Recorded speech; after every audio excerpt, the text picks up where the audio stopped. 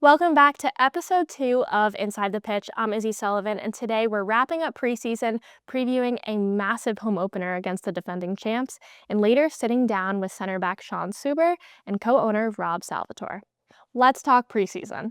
Over the last almost 2 months, we played a handful of games. Every guy has gotten minutes. We played matches against clubs from a variety of different leagues. But the main storyline is that this group is starting to look like a team. The chemistry is building, the communication is getting stronger, the instinct is there. Just 2 months ago, a bunch of these guys have never stepped foot in the same city, let alone the same field, and now there's instinct. Look at this clip of Sean Suber and 𝙃𝙀𝙀 at training, less than 2 minutes apart from each other. Sean Suber knowing where 𝙀𝙀 is going to be, and 𝙀𝙀 knowing exactly where to place himself to finish the ball into the back of the net. Over the last couple of months, some of the new guys have been already emerging as early impact players. 𝙃𝙀𝙀𝙀 and 𝙃𝙀𝙀 have already gone on the scoring charts a bunch for us in preseason. The new guys aren't just figuring themselves out, they're already producing, which is a great sign going into March 7th. Like Coach said a couple weeks ago, there are more starters than starting positions, which is difficult when it comes to decision making for Coach. I feel for him. I wouldn't want to make those decisions. But the reality is that there's depth, there's going to be fresh legs come July, and there's solid rotations. Sean Suber, Joey Apononu, and Graham Smith, that rotation, there's no drop-off, which is going to be huge for us. That's something that championship-level teams have. Moving into our new signing spotlight, John Berner, goalkeeper. He split last season between Hartford and Tulsa. The 35-year-old has played in MLS, MLS Next, and USL Championship, and he played for head coach Ben Pierman at Memphis, alongside 𝙃𝙀𝙀𝙀𝙀, Graham Smith, Jeremy Kelly, and Chris Allen. Let's move into what we've all been waiting for. March 7th, our home opener against Pittsburgh Riverhounds. Like we all know, they won the USL Championship last year, so they are the defending champs. However, last season, we swept the series with them 2-0. Our record against them is 18-11-17, and we're actually undefeated against Pittsburgh since 2023. So this rivalry has weight to it. Pittsburgh has had a slight coaching shift. Their head coach, now Coach Rob Vincent, he is in his first year as head coach after being assistant coach for 2 years and serving as interim head coach last year during their title run. So although there's a new coach, Pittsburgh is still a structured and disciplined Pittsburgh team that we will see. Let's talk about Pittsburgh's dangerous players. Albert Ďiďła, 2023 USL Championship Player of the Year and Golden Boot winner, prolific striker. So it's going to be crucial for our defenders not to let him touch the ball, not to give him an inch of space. In the midfield, Danny Griffin. He's the playmaker pulling the strings. Like I said, our backline discipline is going to be crucial in this match. If we were playing Pittsburgh last year, I would also mention Defender of the Year finalist Sean Suber, but lucky for us, he is in this black and yellow now and will be playing for us against his former team. So I think it's time for us to bring out Sean Suber himself. I'm here with Sean Suber. Sean, thanks so much for joining me today. Of course. Sean, you won the title with Pittsburgh last year, and now it's your first time in the black and yellow, the better black and yellow, playing against your former team. How is that going to feel for you? It's going to be amazing. It's been a tough 6 weeks in preseason, but got used to the city, got used to the grass field, got used to the team, and we're ready to get after it next weekend for sure.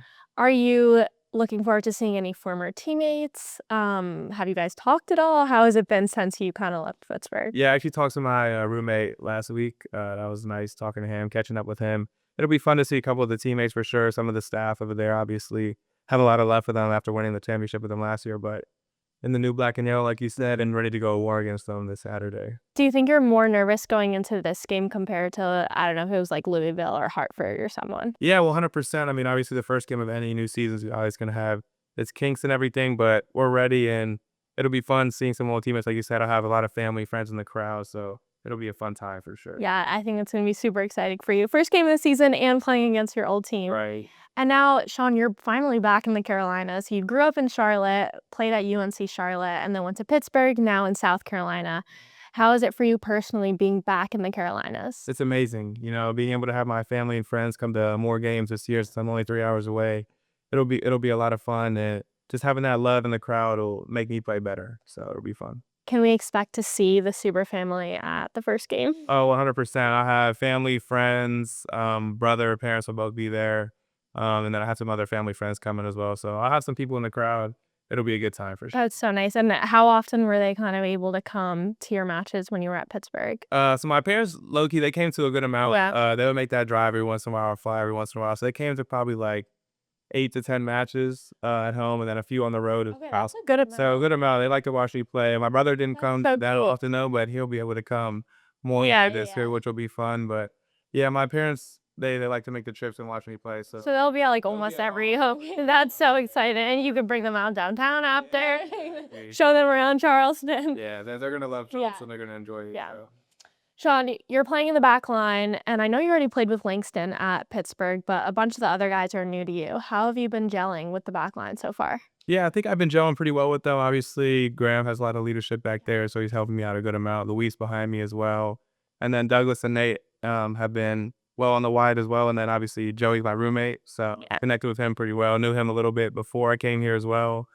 So good to have a friendly face back there as well with Langston.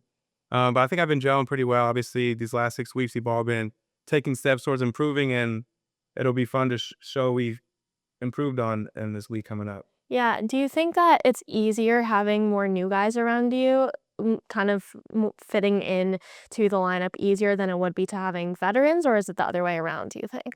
Yeah, I think it could go either way. Obviously, getting into the group and like just trying to prove yourself is one thing. It's nicer to have new guys as well because then the more people are trying to prove themselves to everybody instead of just having like a core of 18 and then you only bring in a few players where these 18 guys know where they already stand and then you got to come in and prove yourself. But when there's 12 new guys instead of 4, it's everyone's trying to just Yeah. each other and grow chemistry with each other. So I think it's a little bit easier trying to show yourself and prove yourself. But obviously, we got a great locker room. All the boys are nice and we get along really well. It's like a ton of competition, but also trying to build chemistry at the same time. Exactly. It's weird. I know Joey and Graham are both very different in the way that they play as center back. How would you describe yourself as a center back? I would describe myself as a ball-playing center back if I could. Like to be on the ball a lot. Like to lead the group. I feel like I have a lot of confidence and composure on the ball.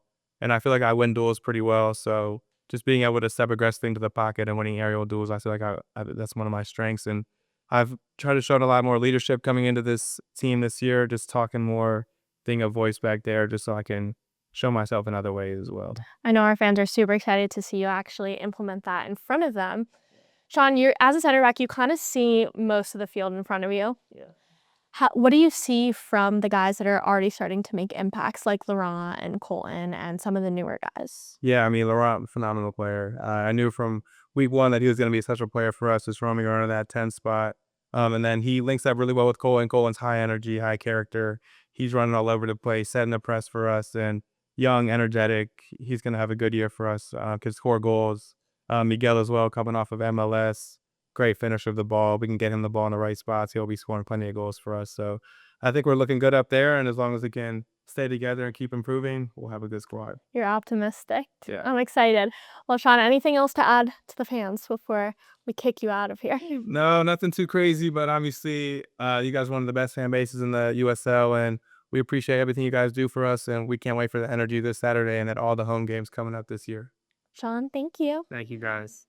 All right, I'm here with co-owner and chairman Rob Salvatore. Rob, thanks so much for joining us on the show today. Yeah, it's exciting. Starts of the season, new studio. Yeah, Rob, you are heading into your 7th year with this club. You've done so much for the club, the league over your time being here, your tenure. Can you talk a little bit about how the club and the league have evolved since your, first buying of the club back in 2019? Yeah. I'm astonished actually at how far things have come, and I don't really mean that just for the Battery. I mean that across USL. Organizations have come so far from the stadiums we're playing in. There's some beautiful buildings now that are modern and incredible. We've been fortunate enough to go around and see those, and we have our own aspirations. The level of play, the players who are on the field, that the talent has stepped up, whether it's 1 or 2 or 3 steps. It's fiercely competitive now. Just look at the last 4 years, 4 different champions, 4 different runners up. So there's a lot of parity. There's no easy games.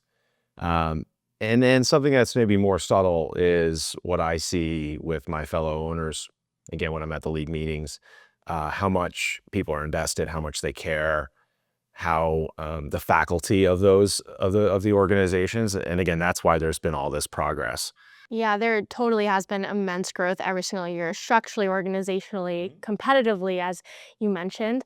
All these great things, but for you as one of the owners of one of these very highly competitive teams, what have been the challenges for you? Uh, there's a lot. The war for talent is real. I mean, it's true of every business. It's how do you come back each year with a competitive product that gets people excited? The key there obviously is great management. You have to have a Lee and a Ben. If you're constantly in flux and you don't have that consistency, especially at the management level, I don't know how you compete. So having an alignment there is very helpful. And then you start to recruit based on that. And that hopefully gets that flywheel kind of moving in the right direction. People see players succeeding. They see players moving on. They want to be part of that. One of the things that's really exciting about this year is more young players, whether they've signed or they're on a pro deal or they're academy player, they want to be part of the organization because they see that development. They want to be the next one. So that it does start to build on itself. How is all of that, all those challenges shaping the club's strategy from roster, like you just talked about, to commercially, to stadium development? Yeah, it really kind of anchors with the stadium. The direction of travel in our league is very clearly have your own building. It's going to be harder and harder to compete without it, because it just becomes a revenue and available capital game. Those are not easy undertakings. Those are really years long, if not decade long projects. That's in a lot of ways becomes the North Star. So we feel very good about how we've represented ourselves and the product that we put on the field. Now we kind of have this broader vision to eventually get into a new building, figuring out where that can happen in town, what's viable, and then you try to execute against it. In terms of roster construction, more specifically, because I know people are interested in that, there's a group of younger players that we're really excited who are going to feature. Preseason's always a little choppy because you're playing with different groups, but you can see there's something there. So that's really exciting to me. And then there's some veterans, people we've seen in this league, whether it be a Wilmer or a Sean. Sean played, I think, every minute last year for the team that won the championship, and he was an anchor of that. So you add that into the mix, and then a really good group of core players have been with us for a while. So it'll take a little while. I'd say come out. Obviously, we want you. It's so important to get off on the right foot. The league did us another favor this year. Last year was Louisville. This year it's the defending champions. So they love to send somebody down to Charleston early to test us. So we need to pack out. Looks like we're gonna have beautiful weather, and get to know this group of guys, give them your support, and let's watch it come together, and hopefully we can do a little bit better in the cup games. And make a run there, and maybe have something in the middle of the season to go after that trophy. Yeah. And then we'll in the fall be rocking and rolling, and hopefully at our peak in September and October. Yeah, guys, speaking of the cup games, after March 7th, we have a bye weekend and 11 days, no games. And then March 18th, our first round US Open Cup game against Florida Badgers FC. So you better pack the house for that too. Most importantly, though, this Saturday, we will see you there as we take on the defending champs to kick off our 2026 campaign.